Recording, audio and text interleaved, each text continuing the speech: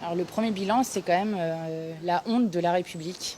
Déjà, bon, on le savait déjà, des 400 000 Guadeloupéens et Guadeloupéennes qui sont régulièrement, qui ont leur droit à l'eau régulièrement bafoué ici en Guadeloupe. Mais alors ça ressort beaucoup des auditions aussi, une situation sur l'assainissement qui est absolument catastrophique et un état de la ressource en eau, notamment des nappes phréatiques, qui est très inquiétante.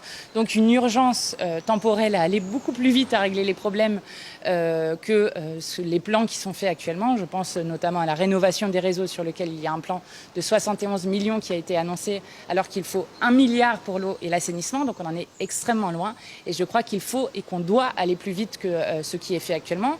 Ça c'est la première des choses. Donc une situation qui ne peut plus durer et qui est intolérable qu'en France en 2021, le droit fondamental, inaliénable, humain à l'eau ne soit pas respecté dans notre pays. Ça c'est la première des choses.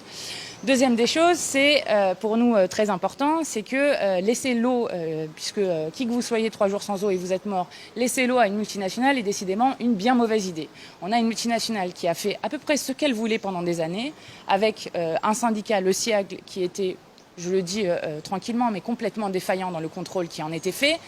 Une multinationale qui s'est gavé, n'a pas fait les investissements nécessaires et de l'argent qui a pourtant été mis, à la fois payé par les usagers et puis mis en place aussi pour accélérer cette rénovation des réseaux, eh bien un argent qui a disparu.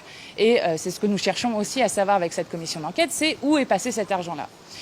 Et la dernière des choses, c'est que je crois que malheureusement, on n'a pas encore tiré toutes les leçons de ce drame qu'il y a aujourd'hui en Guadeloupe et qu'il faut les tirer absolument maintenant, parce que c'est maintenant que va se mettre en place le syndicat mixte unique à l'échelle de la Guadeloupe qui a été voté au niveau de l'Assemblée nationale et qui me semble manquer de garanties sur certains points, manquer de garanties sur la question des dettes, parce que je trouve ça inacceptable que les Guadeloupéens et Guadeloupéennes qui ont déjà payé avec leurs factures la rénovation des réseaux et qui ont déjà payé leur eau, eh bien, se retrouvent à avoir les dettes d'une malgestion et d'un fiasco aussi fort avec la complicité État-élu d'une multinationale.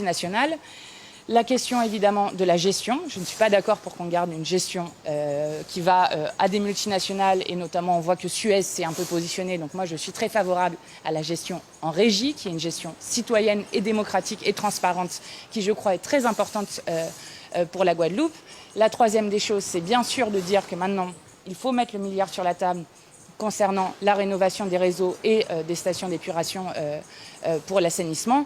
Et je crois que c'est qu'à ces conditions-là qu'on arrivera, à faire respecter un droit qui a pourtant été reconnu dès 2010 aux Nations Unies, qui est un droit fondamental humain, qui est le droit à l'eau, et à ces conditions-là qu'on ne reproduira pas les erreurs du passé avec une autre multinationale qui viendrait piller la ressource en eau, parce que c'est ce qui est en train de se passer, et l'argent des citoyens et des citoyennes.